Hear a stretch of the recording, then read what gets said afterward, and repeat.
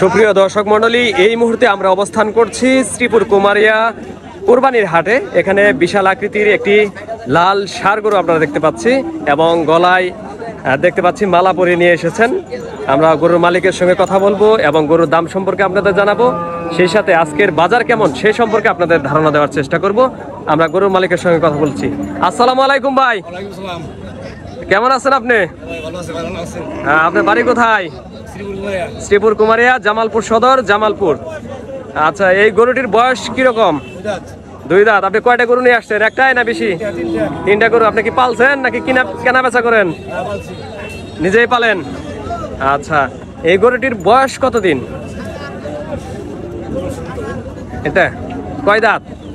দুই দাঁত বয়স। সুপ্রিয় দর্শক মন্ডলী, যেমনটা শুনছিলেন এই গরুর মালিকের কাছ থেকে, গরুটি দুই দাঁত বয়স এবং এই গরুটির দাম কত যাচ্ছেন আজকে?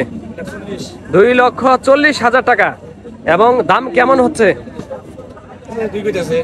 দুই কিছু কম এরকম বলছে। সুপ্রিয় দর্শক মন্ডলী, 2 লক্ষ টাকার মতো দাম হচ্ছে। 2,40,000 টাকা দাম হাঁকাচ্ছেন এবং ক্রেতা এবং বিক্রেতার মধ্যে যদি দামে মিলে যায় তাহলে এই গরুটি বিক্রি হয়ে যাবে। সুপ্রিয় দর্শক মন্ডলী, আপনারা দেখতে পাচ্ছেন শ্রীপুর কুমারিয়া গরুর হাট থেকে আপনাদের দেখানোর চেষ্টা করছি গরুর দামগুলো। এবং আজকে বাজার কেমন? কাস্টমার কি বড় গরু কিনতে চায়? গরুর দাম কি কম? যেহেতু বাজার কম, কারণ কি খাদ্যর দাম বেশি? সুপ্রিয় দর্শক মন্ডলী, যেমনটা শুনছিলেন, কারণ একটি গরু তৈরি করতে অনেক খরচ পড়ে যায়, খাদ্যের দাম বেশি, সেজন্য তাদের খরচই বেশি পড়ে যায়।